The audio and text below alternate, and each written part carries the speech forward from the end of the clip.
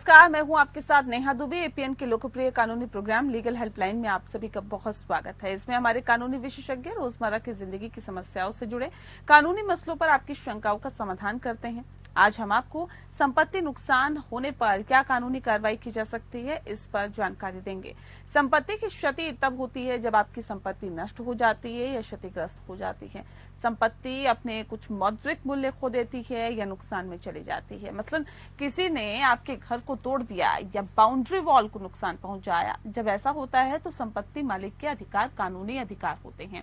और क्या कानूनी अधिकार होते हैं आज हम आपको बताएंगे, और किन हालातों में केस कर सकते हैं और क्या मुआवजा आप पा सकते हैं ये भी आपको बताएंगे। आज इन तमाम पहलुओं पर जानकारी देने के लिए और संपत्ति नुकसान से जुड़ी हुई तमाम जो बातें हैं उस पर विस्तार से जानकारी देने के लिए हमारे साथ आज कानूनी विशेषज्ञ अधिवक्ता राजीव पी समैयार जी मौजूद हैं। जो राजीव जी हैं वो अधिवक्ता हैं दिल्ली हाई कोर्ट के। राजीव जी, बहुत बहुत स्वागत है आपका। नमस्कार जी, तो अगर आपका भी कोई सवाल है तो आप हमें फोन कर सकते हैं और फोन करके जानकारी ले सकते हैं। फोन लाइंस खुल चुकी है, तो नंबर्स आपकी टीवी स्क्रीन पर फ्लैश हो रहा है। 0120612793 पर कॉल करिए या फिर 0120612793 पर भी आप हमें कॉल कर सकते हैं। विषय संपत्ति नुकसान से जुड़ी हुई कानूनी जानकारी अगर आपको चाहिए तो कॉल करिए। तो राजीव जी लगातार हमारे साथ बने हुए हैं। राजीव जी, पहला और महत्वपूर्ण सवाल यही कि संपत्ति नुकसान कानूनी तौर पर क्या होता है, विस्तार से बताएं। संपत्ति और नुकसान दो वर्ड से बना है संपत्ति नुकसान। सबसे पहले तो हमें ये जानना पड़ेगा कि संपत्ति क्या होती है। संपत्ति बेसिकली जो पोजेस और किसी के पोजीशन और किसी की ऑनरशिप होती है वो संपत्ति कहलाती है। अब बात ये आती है कि संपत्ति कितने तरह की होती है। संपत्ति बेसिकली ब्रॉडली दो तरह के होते हैं, कॉर्पोरियल और इनकॉर्पोरियल। अब कॉर्पोरियल में प्रॉपर्टी जो आती है वो मूवेबल प्रॉपर्टी आती है, इमूवेबल प्रॉपर्टी आती है, टेंजेबल आती है, इंटेंजेबल आती है, पब्लिक प्रॉपर्टी आती है, प्राइवेट प्रॉपर्टी आती है, पर्सनल प्रॉपर्टी आती है और रियल प्रॉपर्टी आती है। अब ये सारी चीज जो है वो प्रॉपर्टी से कंसर्न है। अब जो इमूवेबल प्रॉपर्टी है वो उसके अंदर जो है जमीन की प्रॉपर्टी जो होती है वो, या जमीन से बना हुआ घर जो है, लैंड से कंसर्न जो है वो इमूवेबल प्रॉपर्टी में आती है। मूवेबल प्रॉपर्टी में आप देखेंगे कि जितनी भी चीजें जो है जो हम मूवेबल, घर के सारे आइटम से लेके बाहर के जितने भी आइटम हैं वो सारे मूवेबल प्रॉपर्टी, जिसको मूव किया जा सकता है। जिस प्रॉपर्टी को एक जगह से आप रिप्लेस करके दूसरी जगह कर सकते हैं उसको मूवेबल प्रॉपर्टी के में रखते हैं, ब्रैकेट में रखते हैं। उसके बाद आया टेंजेबल प्रॉपर्टी। टेंजेबल क्या होता है कि जो प्रॉपर्टी को आप टच करके महसूस कर सकते हैं। ये प्रॉपर्टी टेंजेबल, जैसे मेरी मोबाइल है, मेरी लैपटॉप है, मेरी पेन है, मेरे कपड़े हैं, that could be the tangible. Intangible जिसको हम टच नहीं कर सकते हैं, जिसको कि जो प्रॉपर्टी तो है but I can not realise by touching, उसको हम टच नहीं करते। जैसे कि कॉपीराइट है, गुडविल है, उसको हम टच नहीं कर सकते हैं, वो इनटेंजेबल है। उसके बाद है कि प्राइवेट प्रॉपर्टी। प्राइवेट प्रॉपर्टी वो प्रॉपर्टी है जो प्रॉपर्टी सरकारी नहीं है, गैर सरकारी है। जितनी भी प्रॉपर्टी वो प्राइवेट प्रॉपर्टी, जैसे प्राइवेट स्कूल है उसकी जो प्रॉपर्टी है वो प्राइवेट प्रॉपर्टी है। अस्पताल है प्राइवेट, उसकी जो प्रॉपर्टी वो प्राइवेट प्रॉपर्टीज है। तो ये सारी चीज जो जिम चला रहे हैं, अपनी कोई और चीज काम कर रहे हैं, दुकान कर रहे हैं, ये सारी प्राइवेट प्रॉपर्टी है। कुछ पर्सनल प्रॉपर्टी होती है, जो पर्सनल प्रॉपर्टी जो हम पोजेस करते हैं, मेरी गाड़ी है, मेरी कार है, मेरी घर है, मेरी आइटम है जो मूव करता है, पर्सनल प्रॉपर्टी। पर रियल प्रॉपर्टी, रियल प्रॉपर्टी वो प्रॉपर्टी है जो बेसिकली सारे प्रॉपर्टी के अंदर आती है। आप देखेंगे रियल एस्टेट के काम करते हैं, ये रियल एस्टेट जो बढ़ाई है वो रियल प्रॉपर्टी, वो जनरली वो जो अर्थ से जुड़ी हुई प्रॉपर्टी होती है वो रियल प्रॉपर्टी होती है। अब ये तो प्रॉपर्टी आ गई। अब बात आती है कि डैमेज, प्रॉपर्टी की डैमेज कैसे होगी। जो कानून डैमेज क्या है कि डैमेज है कि किसी प्रॉपर्टी को आप किसी तरह का नुकसान पहुंचाते हैं जिससे उसकी वैल्यू बढ़ जाती है, उसको डैमेज में आती है। अब डैमेज बहुत तरह से होती है। प्रॉपर्टी जैसे मेरा घर है और घर के बगल में कोई व्यक्ति घर बना रहा है, तो वाइल कंस्ट्रक्टिंग वो मेरे घर पे कुछ नुकसान हो जाती है, वो डैमेज हो जाती है। मेरा कार है, उसको रास्ते में कहीं नुकसान हो गई तो वो डैमेज हो गई। मेरी लैपटॉप है, अगर हम किसी को यूज करने दिए और उसने कुछ उसको नुकसान कर दिया, डैमेज हो गई। मेरी जितनी भी पोजीशन चीज है उसको करते डैमेज। ये तो एक जनरल टर्म है डैमेज का, लेकिन डैमेज अदरवाइज भी मोड में होती है। आप देखेंगे कि बहुत तेज हवा चल रही है, हवा चलने से तेज क्या होती है, कभी नुकसान हो जाते हैं, किसी के घर उड़ जाते हैं, किसी के कार फंस जाते हैं, कभी कुछ हो जाता है। तो ये भी एक तरह से डैमेज है। इसमें पब्लिक प्रॉपर्टी भी डैमेज होती है, प्राइवेट प्रॉपर्टी भी डैमेज होती है। उसी तरह कभी बारिश हो रही है, काफी तेज बारिश हो रही है, और बारिश होने के कारण कहीं किसी के घर में पानी आ गया, किसी तरह की बात हो गई, तो घर के अंदर का सारा प्रॉपर्टी डैमेज हो जाता है। या कहीं कुछ जल भराव के कारण डूब गए किसी के घर, किसी का कार डूब गया, किसी का कुछ, वो नुकसान का डैमेज हुआ। फायर से होती है डैमेज, फायर लग गई, कहीं आग लग गई, अभी जंगल में आग लगी हुई है एक स्टेट में, तो वो क्या है कि वो डैमेज हो रही है प्रॉपर्टी, तो वो डैमेज में आती है। उसी तरह पर्सनल डैमेज होती है, तो ये डैमेज है। तो प्रॉपर्टी और डैमेज, ये दोनों चीज जो है वो कंबाइंड होकर अगर प्रॉपर्टी को जो डैमेज होती है उसका जो लीगल रिमेडियल हो सकता है, वो प्रॉपर्टी टू डैमेज के अंदर आती है, और उसको लीगल ब्रैकेट में हम प्रॉपर्टी टू डैमेज करते हैं। जी, किस प्रकार की संपत्ति को नुकसान हो सकता है? देखिए, संपत्ति की नुकसान जो है वो प्राइवेट प्रॉपर्टी की भी नुकसान हो सकती है, पर्सनल प्रॉपर्टी की भी नुकसान हो सकती है, और सरकारी संपत्ति के भी नुकसान हो सकती है। अब सरकारी संपत्ति के नुकसान, मान लीजिए कि जितने भी सरकारी स्कूल, गैर सरकारी स्कूल, सरकारी संपत्ति है, हॉस्पिटल सरकारी, वहां पर जाके किसी तरह की नुकसान कर दिया, किसी ने कोई चीज तोड़ दिया, किसी का वॉल इंक्रोच कर लिया, कहीं उसको डिफेस कर दिया। आप देखते हैं कि कभी किसी तरह की मॉब होती है, मॉब में सरकारी संपत्ति को नुकसान करते हैं, बस जला दिए, रेलगाड़ी को रोक दिया, तोड़ दिए, ये सारी चीजें नुकसान होती है, वो सारी सरकारी है। अब प्राइवेट क्या होती है कि अगर हम जा रहे हैं रास्ते में और किसी तरह की कोई चीज हो गई, चोट लग गई किसी तरह मेरी कार में, तो वो प्राइवेट संपत्ति तो मेरी जो है, तो अगर घर की कोई वॉल है, मान लिया हमने वॉल को रिपेयर करने की कोशिश की, उससे हैंग किया हुआ है कोई मॉन्यूमेंट है, वो गिर गई, वो नुकसान हो गई, तो प्राइवेट संपत्ति क्यों है।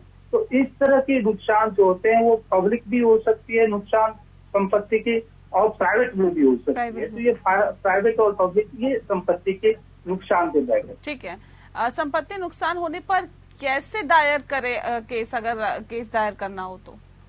देखिए, संपत्ति के नुकसान जो होती है, दो तरह की बात है, यहाँ पर दो पार्ट है, एक सिविल रिकॉर्ड है, एक क्रिमिनल रिकॉर्ड है। जनरली जब प्रॉपर्टी की नुकसान की बात करते हैं, तो प्रॉपर्टी के नुकसान जो होती है वो टीपीए से आती है, जहाँ की प्रॉपर्टी ट्रांसफर ऑफ प्रॉपर्टी को आप देखते हैं तो वो टीपीए में प्रॉपर्टी आती है, ईजमेंट एक्ट में आती है, ये सारी की प्रॉपर्टी है। प्रॉपर्टी जब ट्रांसफर करते हैं उसमें भी नुकसान होते हैं, चाहे लीज कर दें या सेल कर दें या किस करते हैं। अब क्या है कि कॉन्ट्रैक्ट एक्ट के अंदर अगर कोई प्रॉपर्टी सब्जेक्ट मैटर है, या ईजमेंट एक्ट के या पब्लिक प्रीमाइसेस एक्ट के अंदर कोई भी सब्जेक्ट मैटर है प्रॉपर्टी का, तो उसमें नुकसान होगी। तो अब वो नुकसान जो होती है वो रिकवरेबल होती है, वो कंपनसेट, वो रिकवर कर सकते हैं हम, कंपनसेट किया जाता है, इंडेमनिफाई किया जा सकता है। तो सूट फॉर डैमेज डाली जाती है। वो डैमेज कैसे क्वांटिफाई होती है? वो डैमेज तब क्वांटिफाई होती है जब हम कुछ किसी तरह के नुकसान को कोर्ट में डालते हैं कि इनके चलते ये मेरा नुकसान हो गया, चाहे वो सरकार के अगेंस्ट भी डाल सकते हैं या पर्सनल व्यक्ति के अगेंस्ट में भी डाल सकते हैं। तो हमको क्वांटिफाई करके बताना पड़ता है कि उस नुकसान के कारण मॉनेटरी वैल्यू कितनी डिप्रिशिएट करिए, और डिप्रिशिएट पे जो हम केस लॉन्च करते हैं, तो वो केस जो होती है सिविल कोर्ट में जाती है। हाँ। और सिविल कोर्ट में जब केस जाती है तो उसकी ट्रायल होती है। तो एक जो व्यक्ति एग्रीव्ड होता है और जो व्यक्ति जिसके अगेंस्ट किया जाता है, वो हम डालते हैं सिविल में। ये सिविल रिकॉर्ड्स है जहाँ पर कि हम इंडेमनिफाई के लिए, डैमेज को क्लेम करने के लिए हम सिविल की केस डालते हैं। जी, ठीक है। जब आपकी संपत्ति क्षतिग्रस्त हो जाती है तो आपके अधिकार क्या क्या होते हैं? मेरी अधिकार ये है कि मेरी संपत्ति अगर कोई क्षतिग्रस्त हो जाए तो नुकसान की भरपाई हो, ये पहली अधिकार है। अब नुकसान की भरपाई कैसे होगी? नुकसान की भरपाई जो है, जो व्यक्ति ने नुकसान किया उससे भरपाई होगी। ये आज भी अब क्या है कि हर एक चीज के लिए सिस्टम बनी हुई है, कोर्ट ऑफ लॉ है। अगर आप जनरली किसी से मांगते हैं कि भाई मेरे ये नुकसान हो गए, अगर वो भरपाई कर दिया तो भरपाई होगी, अगर वो भरपाई से रिफ्यूज कर दिया तो आप कहाँ जाएंगे? आपके पास अदालत का रिपोर्ट है, तो अदालत जाएंगे आप। और अदालत से उसको रिपोर्ट करने के लिए आते हैं। तो वो जैसे संपत्ति अगर मान लिया मेरी घर की है, हाँ, और घर में किसी ने कोई बाउंड्री वॉल मेरा तोड़ दिया या घर में कोई इंक्रोस्ट कर दिया किसी तरह से, जिससे कि मेरे घर की संपत्ति और तो नुकसान हो गई, या मेरी कार हो गई, मेरी जो है मूवेबल आइटम्स हो गई या कुछ ही तरह की, तो वो सारे नुकसान के लिए जो पर्सन जो नुकसान दिया है उसकी इंटेंट जो है वो अगर नहीं है तो हम उसको सिविल रिकॉर्ड्स में लेके आते हैं और हम वहां से उससे रिकवर कराते हैं। उससे रिकवर के लिए अदालत में दावा डालते हैं और एज ए प्लेंट हम वहां पर दावा डालते हैं कि ये मेरी संपत्ति थी, इस संपत्ति पे नुकसान इस व्यक्ति के इस कारण से, जिसको हम कॉज ऑफ एक्शन कहते हैं लीगल टर्म में, उस कॉज ऑफ एक्शन को शो करते हैं और कोर्ट में उसकी सुनवाई होती है। ठीक है सर, लेकिन ये बताइए कि मुआवजे की मांग तो कर सकते हैं, मुआवजे की राशि तय कैसी होती है, इसके कारक क्या होते हैं, क्या आधार रहता है? मुआवजे की राशि जो होती है उसको तय करने के लिए एक मापदंड है। मापदंड है, मान लिया मेरा कोई कार है, जस्ट फॉर कार है, अगर कार मेरी 5 लाख की है और रास्ते में मैंने चला और कार में किसी ने ठोकर मार दी, वो ठोकर मारने से अगर डेंट हो गई या किसी तरह होती है, उसको एक कैलकुलेट करते हैं, उसको मापते हैं कि इसमें कितने खर्चे आते हैं। उस तरह से हम उसकी मुआवजे को हम जो इंश्योरेंस से क्लेम करते हैं, आप देखेंगे कि हम इंश्योरेंस से क्लेम कर लेते हैं। अगर इंश्योरेंस वाले क्लेम नहीं देते हैं तब हम कोर्ट में जाते हैं कि भाई मेरी इतना नुकसान हो गई, तो वो मुआवजे। उसी तरह क्या कि मेरी प्रॉपर्टी का अगर किसी ने मिसयूज कर लिया या किसी प्रॉपर्टी को नुकसान कर दिया, डिफेस कर दिया किसी प्रॉपर्टी को मेरी, चाहे वो मूवेबल प्रॉपर्टी हो चाहे मूवेबल प्रॉपर्टी हो, तो हम उसको एक डिप्रिशिएटिंग वैल्यू को देखते हैं कि इस जो डिफेस करने से उस प्रॉपर्टी की वैल्यू कितनी डिप्रिशिएट करेगी। तो उसके लिए कहते हैं सम हाउस कभी होती है कि हम जब डालते हैं तो हम जो उसकी हायर वैल्यू लगा के डालते हैं। जब हम कोर्ट में जाते हैं तो कोर्ट करती है कि भाई उसको कमिश्नर अपॉइंट करती है, जो उसको देखती है कि इसमें कितने की वाकई इसमें कितनी के नुकसान होगी। तो कोर्ट के पास ये पावर है, कोर्ट उसको फिर वो नुकसान को एसेस करती है, उसके अनुसार उसकी ट्रायल करती है। तो इस तरह से जो नुकसान का मापदंड मापने का तरीका है वो इंस्ट्रूमेंट है। काफी इंस्ट्रूमेंट जो इंस्टीट्यूशन होते हैं उसको देखते हैं, कोर्ट अदालत देखती है, हम खुद भी उसको एसेस करते हैं कि इतनी नुकसान हो गया, हम उसको अदालत में जाते हैं, वहाँ ट्रायल होती है, वहाँ जेन्युइनिटी की ट्रायल होती है। ट्रायल होती है कि that to be fair trial कि ये इसमें इतनी नुकसान हुई है कि नहीं हुई, तो उसके अनुसार उसको देखी जाती है। ठीक है, संपत्ति क्षति का दावा कब तक करना होता है, इसका कोई लिमिटेशन पीरियड होता है क्या? ये सिविल में अभी जब संपत्ति की नुकसान की बात करते हैं तो संपत्ति के नुकसान का हम 3 साल के अंदर से उसको जाते हैं। जो टाइम लिमिट जो होते हैं, लिमिटेशन ऑफ लिमिटेशन है, वो 3 साल होते हैं, the day when the cause of action arose. अब ये कॉज ऑफ एक्शन कब अरोज होता है और सब्सिक्वेंट कॉज ऑफ एक्शन भी होती है। सब्सिक्वेंट कॉज ऑफ एक्शन होती है कि मान लिया आज मेरे इसको नुकसान हो गए, हमने अप्रोच किया दूसरे, जब वो रिफ्यूज किया तो डे वो रिफ्यूज किया उसके बाद भी 3 साल हो जाती है, तो सब्सिक्वेंट कॉज ऑफ एक्शन होती है। तो 3 साल का जो पीरियड है वो लॉ ऑफ लिमिटेशन के अंदर है, उसके अंदर हम जो है संपत्ति के नुकसान के लिए कोई दावा दायर करते हैं। अब हम जब दावा किसी अदालत में दायर करते हैं तो अदालत देखती है, पहली चीज तो ये देखती है कि जो व्यक्ति मेरे पास आया हुआ है उसकी संपत्ति की क्या नुकसान है या नुकसान हुई है, वो उसको देखती है। फिर वो अदालत प्राइमरी चीज में ये देखती है कि वो इससे दूसरी चीज देखती है कि ये जब व्यक्ति आया है तो वो with in limitation period court को अप्रोच किया है कि नहीं अप्रोच किया है। तो ये प्राइमरी चीज जब नोटिस कोर्ट करती है तो ये प्राइमरी चीज उसको देखती है कि व्यक्ति अग्रीव्ड है या डैमेज के लिए इंटाइटलमेंट है, उसकी जो उसने जो प्लांट में दावा में सारी बात लिखी है वो इंटाइटलमेंट होती है कि नहीं, और वो विद इन लिमिटेशन है कि नहीं, और विद इन जुरिडिक्शन है कि नहीं। क्योंकि हर एक कोर्ट की अपनी अपनी जुरिडिक्शन है, उस जुरिडिक्शन के विद इन इसने आया कि नहीं। तो ये सारी चीज जो है वो सिविल रिकॉर्ड के अंदर हम इसको सारे चीज को देखते हैं और तब कोर्ट पहले इंटरटेन करती है उसको नोटिस को। संपत्ति नुकसान का 2 एस्पेक्ट है, एक तो सिविल एस्पेक्ट मैंने देख के पहले बताया, क्रिमिनल एस्पेक्ट की बात है कि क्रिमिनल एस्पेक्ट जब इंटेंट होती है किसी व्यक्ति को किसी की व्यक्ति की संपत्ति के नुकसान करने के लिए या किसी पब्लिक प्रॉपर्टी को नुकसान करने के लिए, तो वो जो है वो इंटेंट को जो है वो संपत्ति नुकसान करती है, जिसके अंदर मिसचीफ आती है। मिसचीफ 325 आईपीसी के अंदर आती है, मिसचीफ आती है। तो इस मिसचीफ में हम दावा लॉन्च करते हैं, हम FIR लॉन्च होती है। ये FIR संपत्ति के नुकसान के बहुत सारे क्रिमिनल एस्पेक्ट हैं, जैसे किसी प्रॉपर्टी के स्टोरन प्रॉपर्टी हो गई, प्रॉपर्टी को जो है तो ट्रैप हो गई कहीं भी, तो प्रॉपर्टी के नुकसान हो गए, वहाँ क्रिमिनल केस लॉन्च होती है। रॉबरी हो गई प्रॉपर्टी की, वहाँ क्रिमिनल केस होते हैं।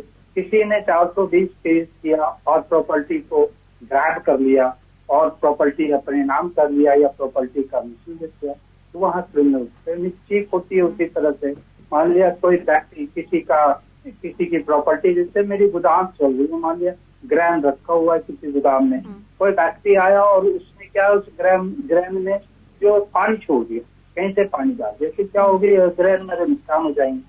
जो ग्रेन की जो वैल्यू आती है वो वैल्यू नहीं मिलेगी, वेट गेन होगी तो उसकी वैल्यू घट जाएगी। तो वो इंटेंशनल नोइंग वेरी वेल कि मेरे इस एक्ट से जो है प्रॉपर्टी का नुकसान हो रहा है, चाहे किसी प्रॉपर्टी को तोड़ दिया गया, नोइंग वेरी वेल कि हम प्रॉपर्टी तोड़ रहे हैं जिससे कि इसको नुकसान, इतने नुकसान, उसकी मॉनेटरी नुकसान होगी, तो वो सारे नुकसान से, इस सारे नुकसान से हम जो है पुलिस केस कर सकते हैं। पुलिस केस में तो FIR हो सकती है। जब FIR होती है इस सारी चीजें में, तो वो उसकी जो है प्यूनिटिव एक्शन होती है। इसमें कोई जो है वो कंपनसेशन वाली नहीं है, प्यूनिटिव एक्शन होती है।